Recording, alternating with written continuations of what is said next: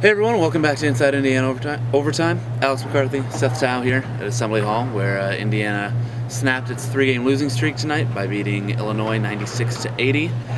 It was kind of this week, or I guess last night, Thomas Bryant and Tom Crean were both kind of talking about, how they wanted to come out and kind of establish a mindset early and come out with a different energy and a different fight, I guess, as Juwan Morgan would say from a few nights ago, than they did against Wisconsin, who they let, kind of blow them out in the opening minutes. They wanted to have a different first half than they did against Louisville, where they were in it and then kind of let Louisville take control of the game at the end of the first half. And tonight they did that. They went up 15-0 and just totally looked different, I guess, mentally and really in every way than they did against Wisconsin the other night. They were able to kind of grab control immediately. In the first 5 minutes of this game, Indiana looked like the Indiana that we saw kind of in November that was looking dominant. They were, ripping Illinois' defense to shreds.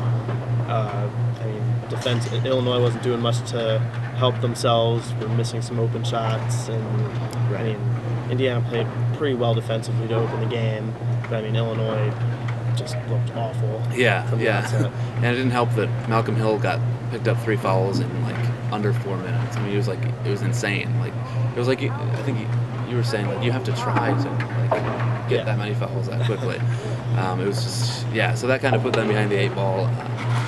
But they, Indiana totally had control all of the first half. They were up 48-29 at halftime, and then in the second half, Illinois was able to get back into it. They shot 29% in the first half, 56% in the second half, and were able to kind of fight their way back into it. And it was really just over a 4-minute stretch. Indiana was up by 22 with about 9:45 or so to play, and the lead was cut to 9 with about 5.5 minutes to play.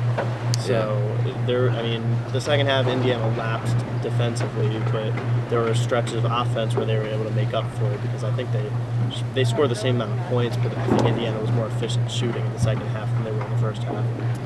Yeah, they were just slightly. They shot 58% in the first half from the field, 60% from the field in the second half. More importantly, they shot 43% from 3 in the first half, and just kind of got better looks. They shot a lot fewer threes in the second half, but they knocked down 6 of 9, and just kind of timed them really well too. There was a big Thomas Bryant 3 that was just kind of a sigh of relief for Indiana, because the whole possession looked discombobulated, and he ended up breaking wide open and hitting a 3.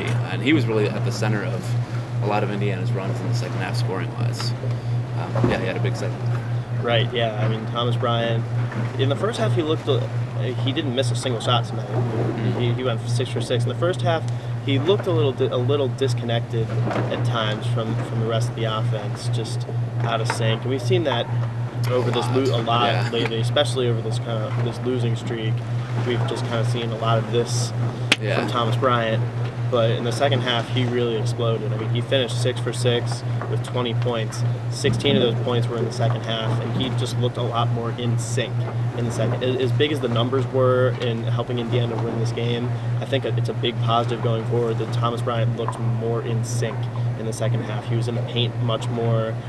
He's been playing outside a lot more than some fans would like to see, but he was in the paint more, and he was starting to, at least offensively, he was starting to figure things out in the paint. Yeah, and it's always interesting to see, because there are stretches when Indiana just doesn't give him the ball at all, and then to start the second half, they allowed Illinois to score basically at will, but I think the first 2 baskets of the second half were to Bryant, and it was just Anunoby drove in and dished to Bryant on the first possession, and it just looked like Indiana really kind of made a concerted effort to get him the ball, which they should be doing more often. But to their credit, they changed that, and they got him the ball a lot more and in better spots in the second half as well. And it was really important because Deron Davis didn't play that much. He only played 8 minutes tonight, and he finished with 4 fouls. So if Thomas Bryant didn't step up and play it well in the post, he's really their only other option that can do that.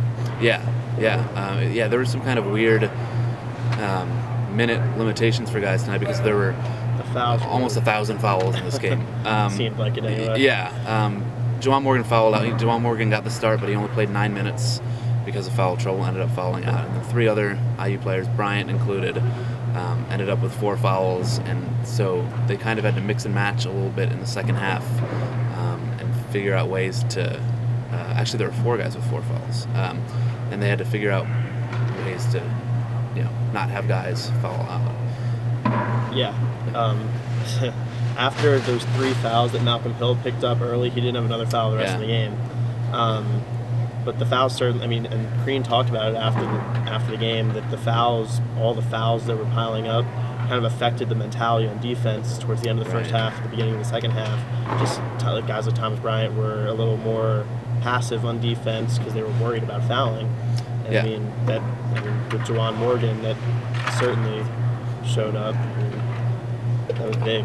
Yeah, because Morgan has been playing pretty well recently and kind of expanding his role and everything like that. But it was James Blackman was the leading scorer. I guess we should mention that, 25 points, and was efficient in doing it as well. Everyone was talking about the big second half from Thomas Bryant, but James Blackman also rode a big second half to lead the team in scoring.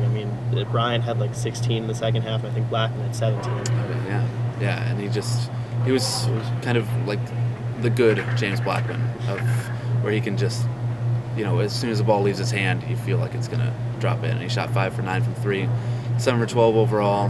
He and Rob Johnson both really, I thought, played well. And, Tom Crean has been saying during this losing streak that it was, especially with Johnson, that he's getting those shots and he usually makes the ones that he's been missing over the past couple of games, especially the 1 for 13 game against Louisville. And tonight, he got those same looks and actually was able to see him go down.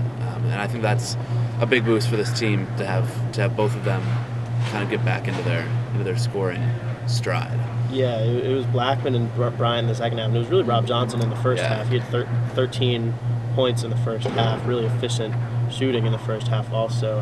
He was draining threes. He was doing everything he needed to do in the first half. Yeah, and he was playing well defensively, I thought, and made a couple really nice defensive plays that led to kind of transition opportunities for Indiana. And that's obviously what Indiana likes to do. But they're 11-5 overall, 1-2 in the Big Ten. This is their first Big Ten win. It would have been absolutely crippling if they had started Big Ten play 0-3 with all 3 losses at home.